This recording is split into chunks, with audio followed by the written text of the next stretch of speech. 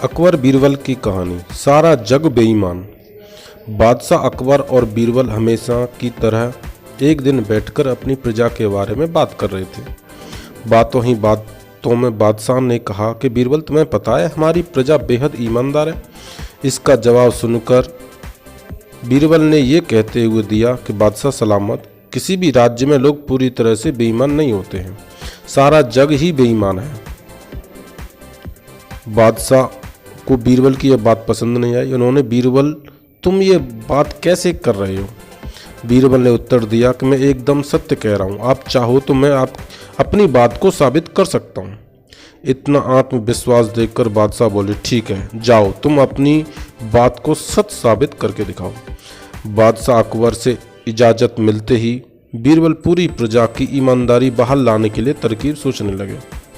उनके मन में हुआ कि लोग खुलकर बेईमानी नहीं करते, इसलिए कुछ अलग करना होगा। यह सोचते ही उन्होंने पूरे राज्य में एक ऐलान कर दिया कि बादशाह एक बड़ा सा भोज करना चाह रहे हैं। उसके लिए वो चाहते हैं कि पूरी जनता अपना योगदान दे। बस आप लोगों को ज़्यादा कुछ नहीं, एक लोटा दूध पतीले में डालना होगा। इतना ही प्रजा की तरफ से काफ़ी है। आगे कहानी क्या कहती है? बड़ी ही रोचक कहानी है, कृपया ध्यान से सुनिए। अकबर क्या कहते हैं फिर, और बीरबल ने क्या कहा। इस बात का ऐलान करवाने के बाद जगह जगह पर एक दो बड़े बड़े पतीले रखवा दिए गए। इतना बड़ा पतीला और राज्य की जनसंख्या को ध्यान में रखते हुए उसमें लोगों ने शुद्ध दूध डालने के बजाय पानी मिला हुआ दूध डाला। किसी ने तो सिर्फ पानी ही डाल दिया। हर किसी के मन में यही होता था कि सामने वाले ने तो दूध ही डाला होगा, अगर मैं पानी या पानी मिला हुआ दूध डाल दूंगा तो क्या हो जाएगा। शाम तक पतीलों में दूध इकट्ठा हो गया। बीरबल अपने साथ बादशाह अकबर और कुछ रसोइयों को उन जगहों पर ले गए जहां पतीले रखे गए थे। बादशाह ने जिस भी पतीले में देखा तो दूध नहीं, सिर्फ सफ़ेद पानी ही था।